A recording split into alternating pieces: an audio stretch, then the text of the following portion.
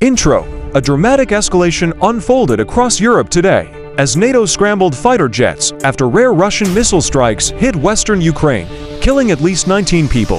The attacks targeted regions traditionally considered safer, far from the main front lines, raising new fears about the widening scope of the conflict. The early morning strikes shook multiple cities across western Ukraine, triggering air raid sirens that echoed across areas that have seen relative calm for months. Emergency crews rushed to destroyed residential buildings, marketplaces, and transport hubs where civilians were caught in the blasts. Ukrainian officials confirmed that 19 people have been killed, with dozens more injured. The strikes are being described as among the most aggressive Russian operations in western Ukraine since the early phase of the war. For many residents, the attack shattered the belief that the region was beyond the reach of intense Russian firepower. The escalation also triggered an immediate reaction from NATO.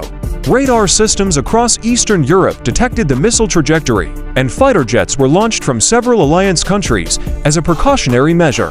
Military officials confirmed that there was no airspace violation, but the jets were scrambled to ensure readiness in case the situation spiraled further.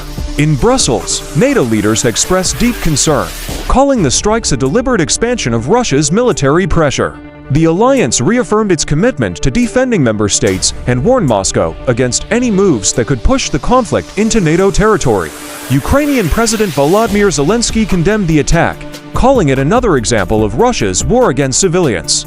He urged Western partners to speed up air defense deliveries, arguing that today's events show the urgent need for stronger protection over the entire country, not just the frontline regions. Russia, meanwhile, has not publicly commented on the strikes.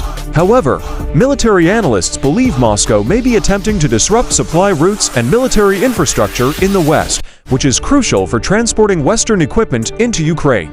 The attack has also heightened anxiety in neighboring countries, particularly Poland and Slovakia, where citizens reported hearing distant explosions. Both governments stressed that no objects entered their territory, but confirmed that their air forces were placed on high alert.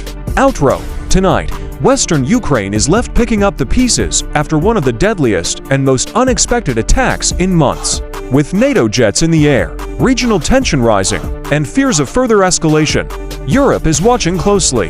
The conflict that has burned for nearly 3 years now appears to be entering a more unpredictable chapter, one that carries risks not only for Ukraine, but for the entire region.